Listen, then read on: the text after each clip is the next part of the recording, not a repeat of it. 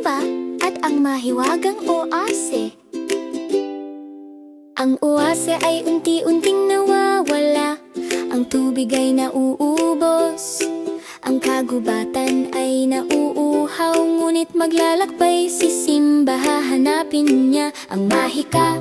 Ibabalik ang daloy at ibabalik ang buhay na lahat tayo'y nakakakilala. Tahimik ang oase, walang kislap, ang tubig ay nawala at ang liwanag ay hindi tama.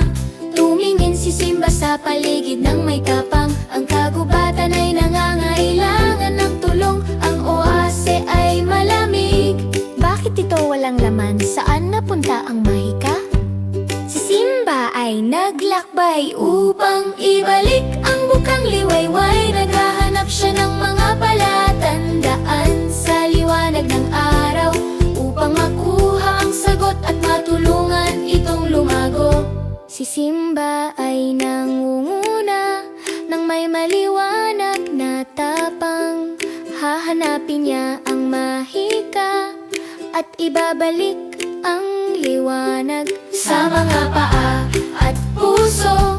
Ipapakita niya ang daan. Nandyan si Simba upang iligtas ang araw.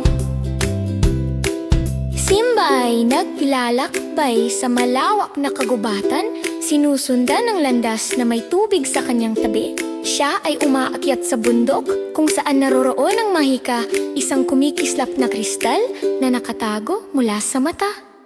Ang kristal na ito ay humaharang sa mahikang kailangan namin.